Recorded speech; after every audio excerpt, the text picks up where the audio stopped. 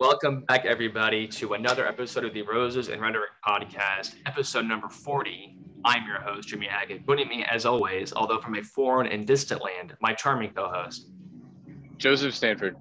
Joe, before we hop into today's episode, talking about chapters 13 and 14 in the beginning of Infinity, tell us where in the hell you are right now and whether or not you're in danger of being hit by high tide. High tide is coming up higher, so we may need to ascend the hill as it comes up. But I'm currently on the Greek island of Mykonos. I'm actually exiled here for the time being because my credit card stopped working right before I came here. Of course. So naturally, I'm exiled on this island until July 15th when my new credit card comes in. And then hopefully I'll be able to pay for the ferry out of here. Do you have any cash on you? I mean, are you really just completely moneyless? I got some cash, Okay. and I got some friends, so I have a few options, but I think it's more fun to be exiled. Penn Jillette once had sage advice for traveling. He said, never go anywhere where money doesn't matter. And I always think about that when I'm traveling. I don't want to go anywhere where I can't use money to solve a problem. Yeah, no, that's one of the things I've been trying to do. Always have cash, because cash just gets you so much farther than anything else good. You know, a piece of plastic is pretty invaluable in foreign countries a lot of the times. But you know, a good wad of euros will really get you a long ways. Cash is king. So my mom always told me that. Well, good, very good. So this is part of your travels. Why Greece? Greece. So actually, a friend of mine, my friend Logan, brought up that he was going to go to Greece. It's just a spontaneous thing that he said he was going to do. He's going to go for the 4th of July, because what better place to celebrate the 4th of July than the actual birthplace of democracy, aka Greece? So he invited me, and I jumped on that offer. I think Greece was one of the first places in Europe that opened up travel. So there's not a whole lot of places letting people in. There's still like a lot of COVID restrictions here. It was a real big pain in the ass to get like all the COVID testing and everything to get over here, because I'm not vaccinated. So it was a little bit of a struggle to get the COVID test. It took me a couple tries to get it right, just because of the timing. I mean, you have the rapid antigen test, you have the PCR tests, the non-rapid PCR tests, and they all are only valid for different durations of time. And they also vary in the amount that they penetrate your nose when they do the test. So, I got the full range of all of them, full range of insertion lengths. And long story short, I finally got the right test combination to get into Greece, because it takes like 24 hours to get here, like traveling by flight. So you got to factor that in. It's like 24 hours before your arrival to Greece, not before your flight leaves for Greece. So it was very complicated to figure out how to do it. It amazes me how many Americans have figured it out, because it was not straightforward for me. Well, what have been some of the highlights of the, have you gone to, some of the famous sightseeing locations, or are you trying to set the beat? Oh, yeah. What are? So Athens is like where a lot of like the main sites are, like the big iconic, like the Parthenon and the Oracle at Delphi. They're all in that area, more or less, which was cool to see. It's cool to see others. There's also tons of museums, tons of like real old statues, real cool stuff. Something you'll like, Jim. I know that you're a big bathroom guy. The bathrooms here are definitely different than the U.S. bathrooms. And that they're first of all, the doors closed, or what's the? Yes, the doors actually closed. There's no cracks in between the doors. Like whenever you're in a bathroom, no one can actually see you. Like in the U.S., there's cracks. Like right, sure. Yeah, no, you can peep on people. People can peep on you as you're walking by. It's like there's no real sense of privacy. It's a little good.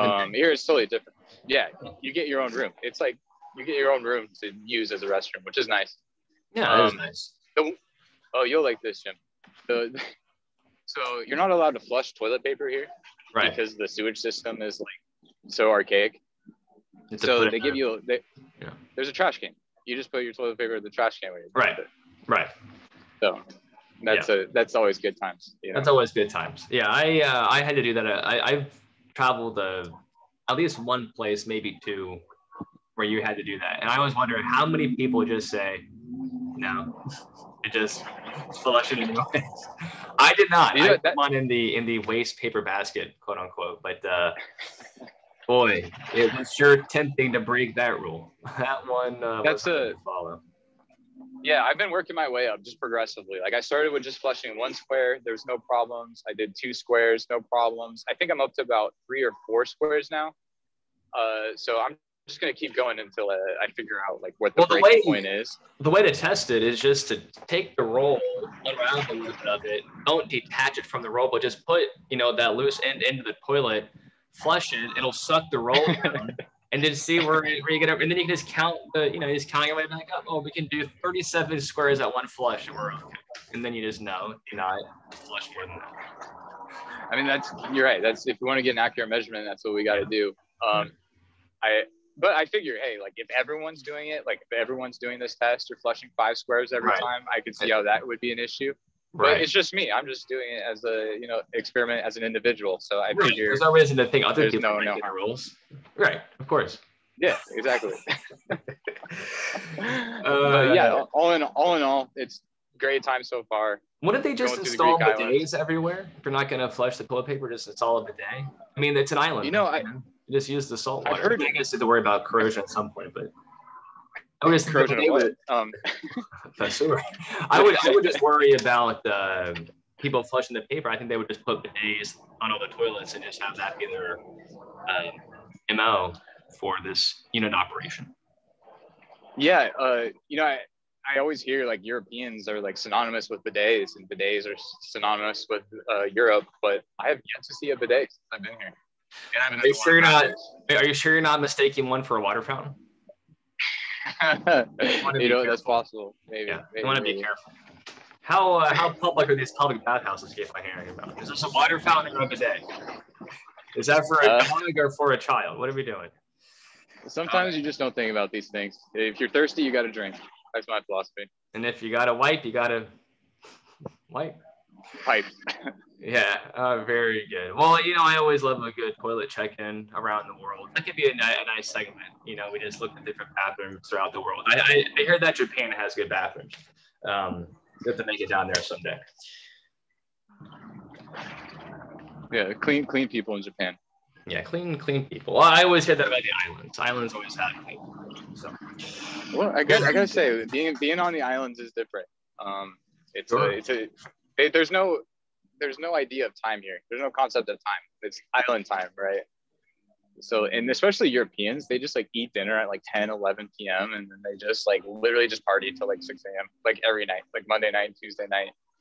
COVID, no COVID. They're just always going at it. Like espresso is just like, they drink it like water.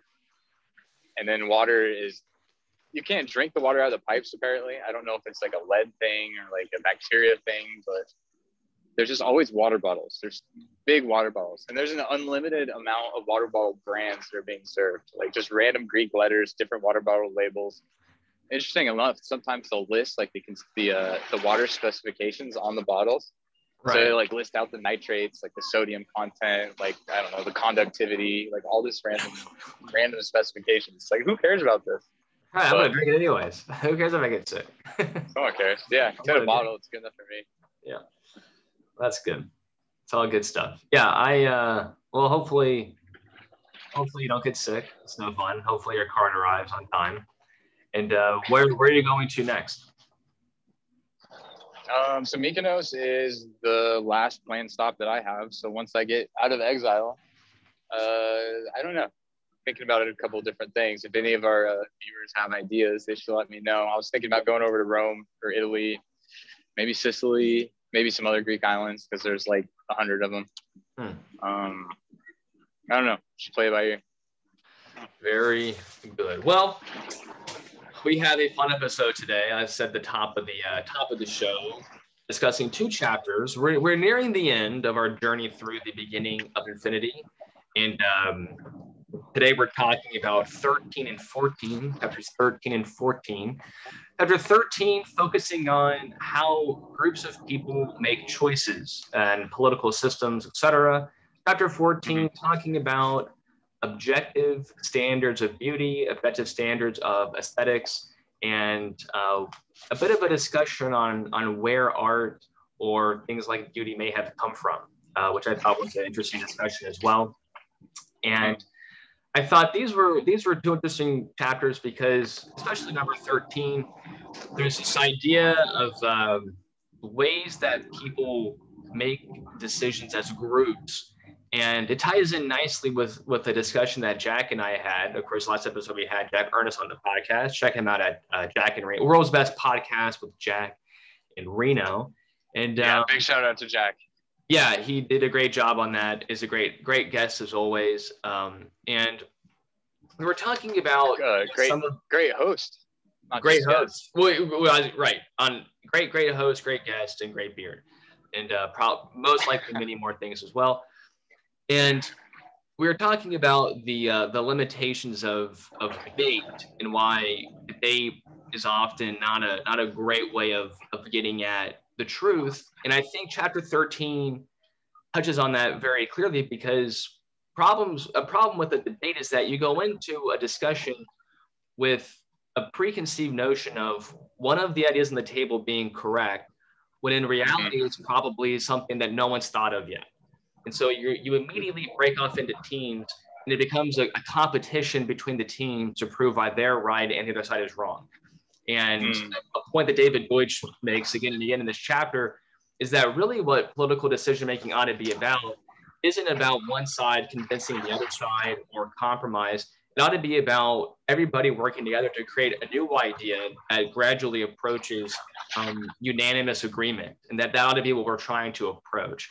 And I thought that was a really neat idea, because it also ties into the power of working in small teams, because when you have a small group of people, it's easier to work in that framework. It's easier to convince a small group of people towards one idea than it would be for like a million or something, like a larger number. And so we see some of the power of small ideas as well, which I always like as well. But I thought let's start with chapter 13 and this discussion on how people make choices and some of the misconceptions about how we make choices when we talk about these things in kind of a social science or a political science perspective. Yeah, and it seems so common in political discourse, like any given topic, like it's like, is this right or wrong? It's like universal healthcare, right or wrong? Like, is the death penalty right or wrong? There's no like plan C that's even being brought to the table. And like he said, that's a narrow-minded way of thinking about things and issues. And it just seems like that's all we do in our political system nowadays. What do you think? Well, I think it's when you align yourself with a team, that almost always seems to be kind of the end of the kind of progress that David Deutsch is talking about, because it becomes more about validation than about approaching something novel and interesting. He has this idea, this Popper's criteria for a good government is one that makes it really easy to remove bad ideas and bad leaders from power without violence. And I think this preoccupation that a lot of smart people have with violence is one that I find convincing. It's one that I didn't think of much about, and I think about a lot more now, is this idea as a means to end the violence, as a way of preventing it, of how can we as people behave and interact with each other to minimize the chance of violence occurring. And I think that's probably always on the back of people's mind when they're thinking about things, but I have to think it's worth just reflecting on is how good it is basically that we don't rely on violence for expressing and changing political ideas. That was in and of itself a marked improvement. And the more that we focus on removing ideas, basically if we approach government as an environment where we conduct political experiments and we're always trying to get to the next experiment, and if this doesn't work, we try something else, and that we are always in the habit of voting in that way, and of setting up systems that reflect voting in that way. He mentions the plurality system of voting as a way of doing that. But I think you're definitely right. When we when you have two parties or when you have two sides of a discussion, it's, well, what about the third option where neither one of us is right and there's some other unforeseen thing that could be the better answer? How are we setting ourselves up to make that discovery? And I don't think you're setting yourself up to make that discovery if you're going into a debate with the idea of proving why your side is correct, which is essentially how debates are framed at the start, which I think is a mistake. Yeah, and going back to what you were saying about not having nonviolence and being able to run a system and remove bad leaders through nonviolence, there's a lot of inefficiencies with violence. Like, I just being here looking at in Greece, like looking at all the history here, like a lot of everything is like centered around the violence and the wars, and you can't really go through this process of conjecture and criticism when you're constantly fighting and starving and like losing all your family members to war. Like, it's just the violence, it's extreme inefficiency in the system if you want to have like a golden age or any sort of advancement in knowledge. Yeah, and so I definitely agree with that. And I think it's worth mentioning too, the if you think when are people most likely to be engaged by new ideas is when they're not threatened by new ideas, which is going to be typically when somebody isn't on the verge of some kind of severe suffering, whether it be material suffering or something like that. It would be if somebody is doing well in a system and is concerned that they won't be doing well in the future, getting them to change their mind would be hard as well. But it always again, I think comes back to this idea of how do you get people to even entertain the idea that they may be wrong, and that I think has to come from culture. That comes from the culture of people, which is the subject of the next chapter, chapter 15. I think is on culture. Maybe. I think that's a good segue. But a lot depends on getting the culture right, because if you're concerned, if you are threatened by a new idea, then odds are you're not going to want to try it. And I think that puts a limitation on this beginning of infinity, type cycle where you're always trying to find a new idea and to try it out. But I did want to come back. I thought that he ran through a couple of these, paradoxes that arise from different voting systems, and I thought that was interesting. But I thought, what was basically one of the takeaways is that one system of decision making that is devoid of any kind of paradoxes, and we can get more into those paradoxes in a moment. But one such system that's devoid of paradoxes is when you have unanimous agreement. And of course, the problem is that almost never arises. And the more people you have, the rarer it is that you have unanimous agreement. But I thought it was an interesting point nonetheless that there is this kind of golden criteria of decision making where everybody gets what they want. And what is it when everybody wants the same thing? But that can be dangerous as well. If everybody wants the same thing, it happens to be wrong, and you have this mass correction in the other direction. I was thinking another place where you have unanimous decision making is when you have people acting as individuals, and you have a party of one unanimous decision making. And so, if you kind of maximize individual choice and allow people to do what they want, to a certain degree, you can just take away the decision making of the group and just have it fall on the individual. Maybe that's a way of trying to get around some of these challenges of decision making as well. Yeah, it reminds me, I was listening to Scott Adams the other day, and he likes to talk about polls and like review polls. And something that he's found amongst like all polls is that 25% of people, no matter what the question or what is being polled, will just have some outrageous answer that makes no sense. Like the question could be like, would you like to be thrown off a cliff? And 25% of people, like without failure, will always end up saying like, yeah, I could see myself that. Like that would make sense.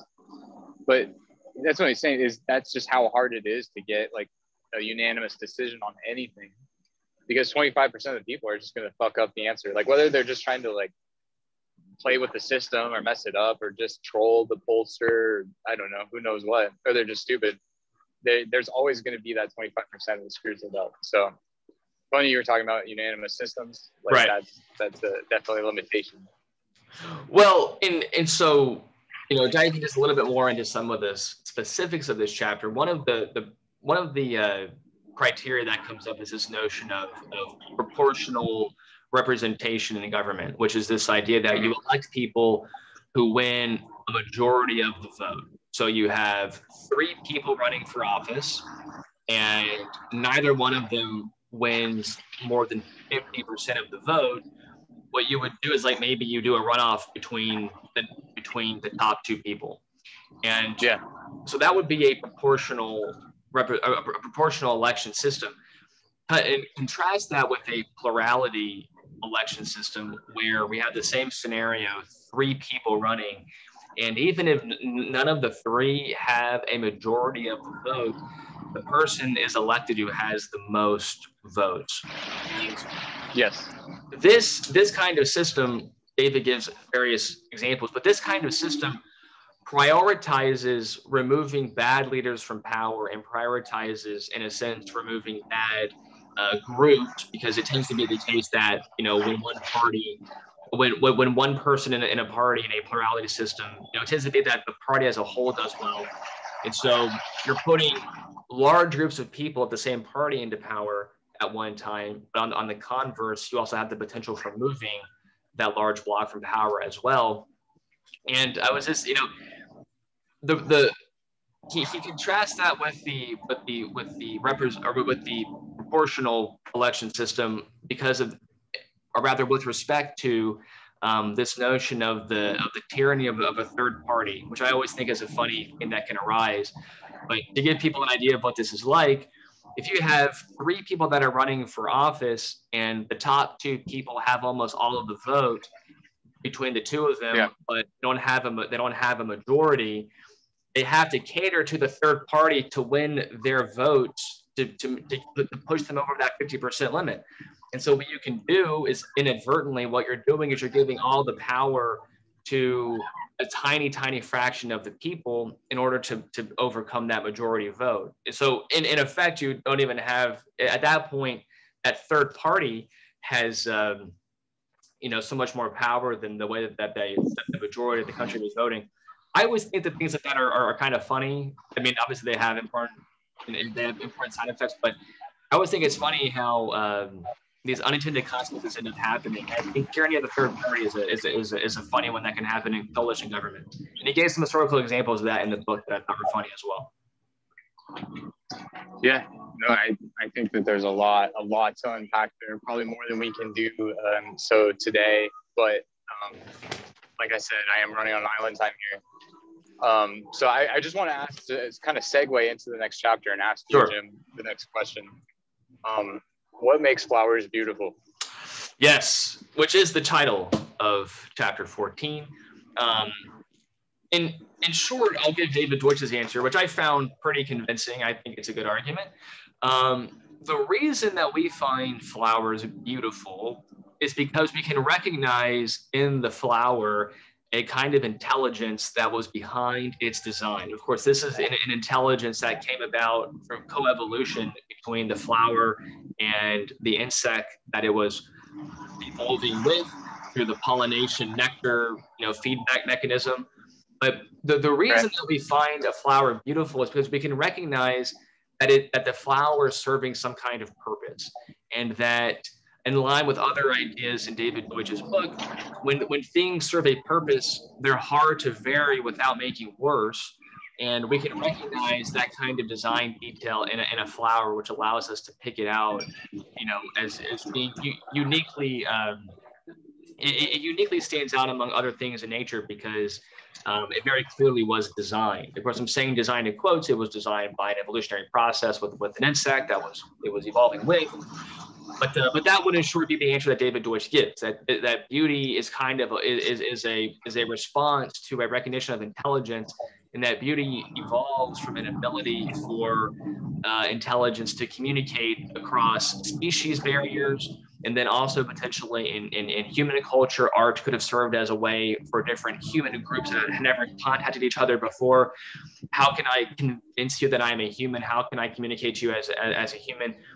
Art may be a way of doing that. You know, this highly elaborate system of symbols or musical notes, etc., that are hard to bear without making worse. We can recognize that as art, and that becomes a way of, you know, of interacting with each other across, you know, a language barrier or whatever else it may be.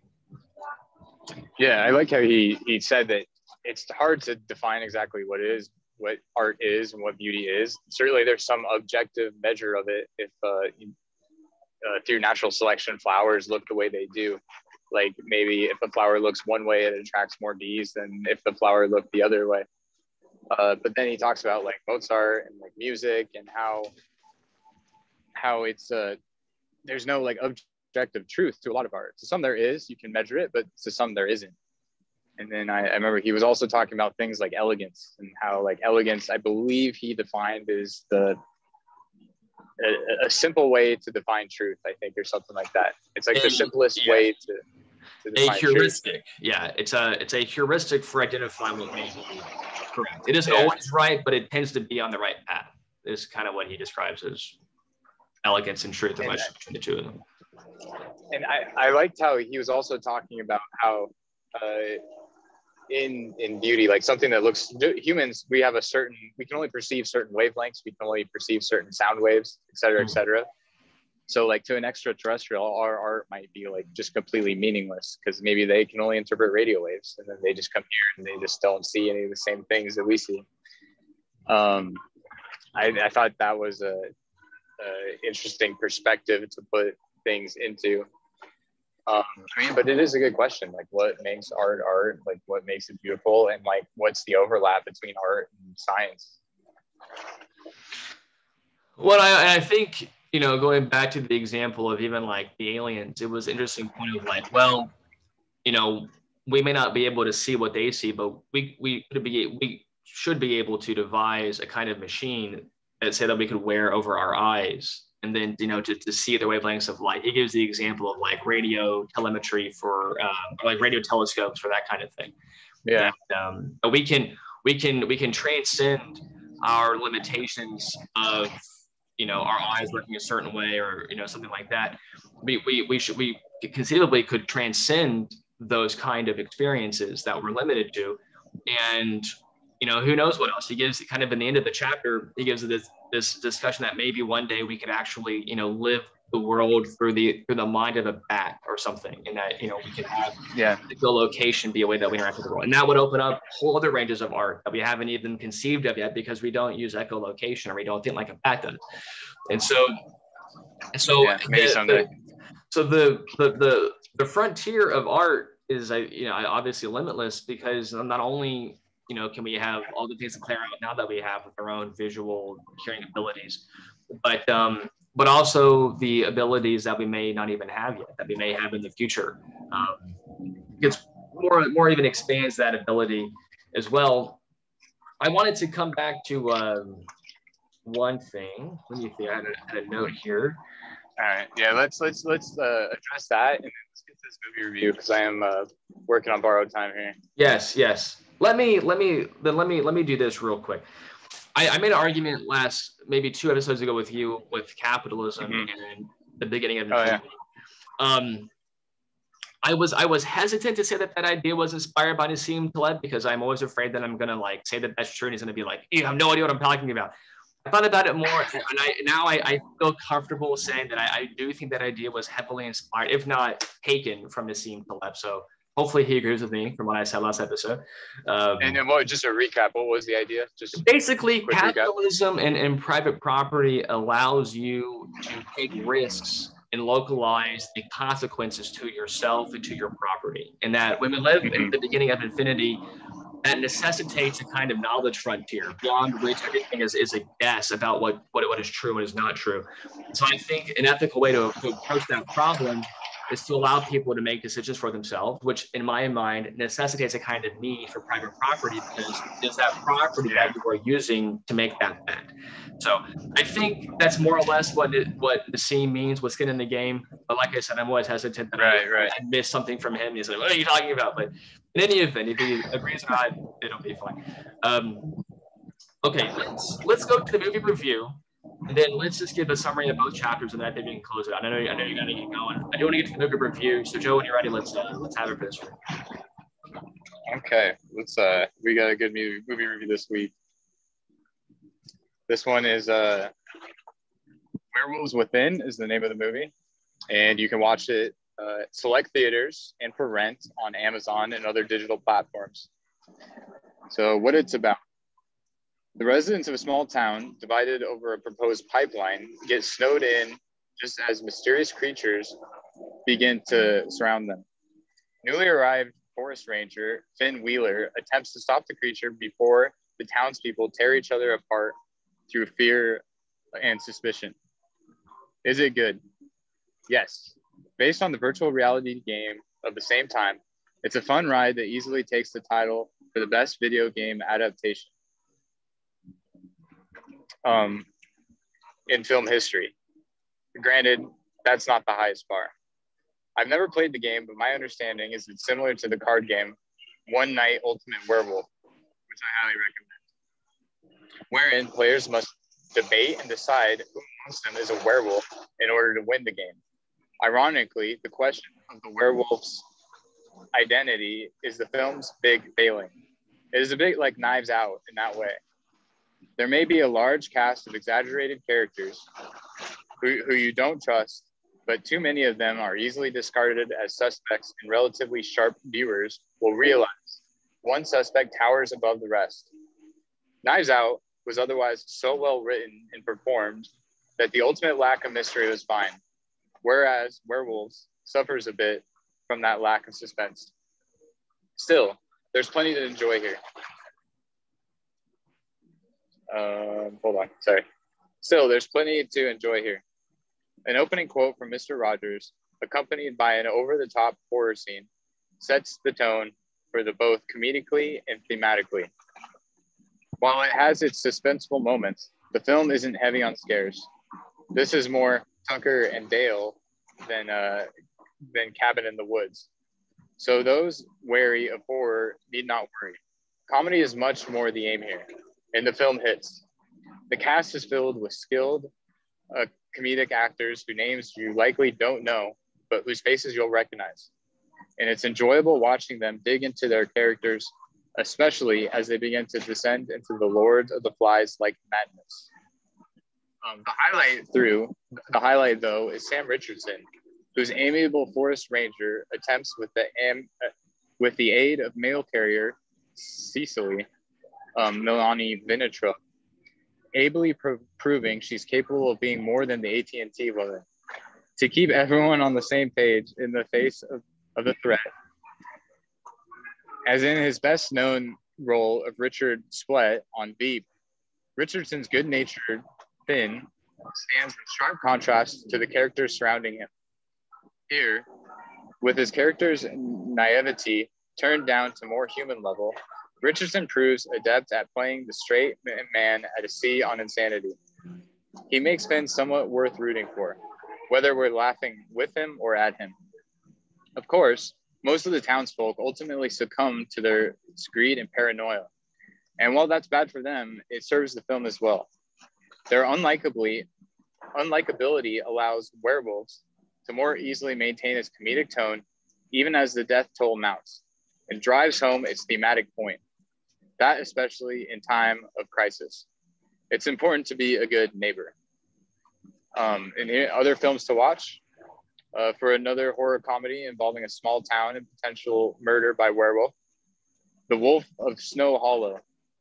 For horror comedy, but with vampires, Fright Night, 2011. And for the best horror comedy of them all, Cabin in the Woods. So there you have it. Cabin in the Woods, by the way, if anybody who hasn't seen it, is definitely worth watching. I have not seen this werewolf movie, but I do want to see it. And I do enjoy the card game that he mentioned at the beginning. as a fun game. Knives Out as well is a great movie. Knives Out is an excellent movie, and I enjoyed that one also. Joe, I know you're going to get going. Let's summarize chapter 13. Good decisions are hard to vary. Good decisions are hard to come by, which is why compromises are not always very beneficial. And as a result, rather than trying to compete for pre-existing ideas or to come up with compromise ideas, we ought to always be in the business of conjecturing new ideas that win even or ever more and more support.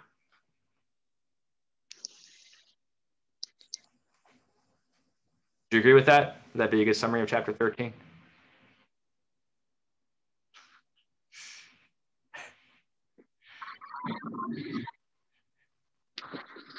Joe, can you hear me? Yeah. Oh, okay. Sorry, waves are drowning out the sound a little. It's fine. Okay. So now chapter 14. Chapter 14, why flowers are beautiful. So the flower and the insect face an interesting problem. Two different species need a way to communicate to each other despite not having any in common genetics to work from. How do two things converge? We learned from the Dream of Socrates, last chapter, that we converge towards the truth. We will always converge with each other when we converge towards the truth. Therefore, the flower represents a structure of universal appeal, a universal beauty standard. As a result, it is also hard to vary, which is important because it prevents other flowers from being able to easily replicate the flower's design, because good art is hard to forge.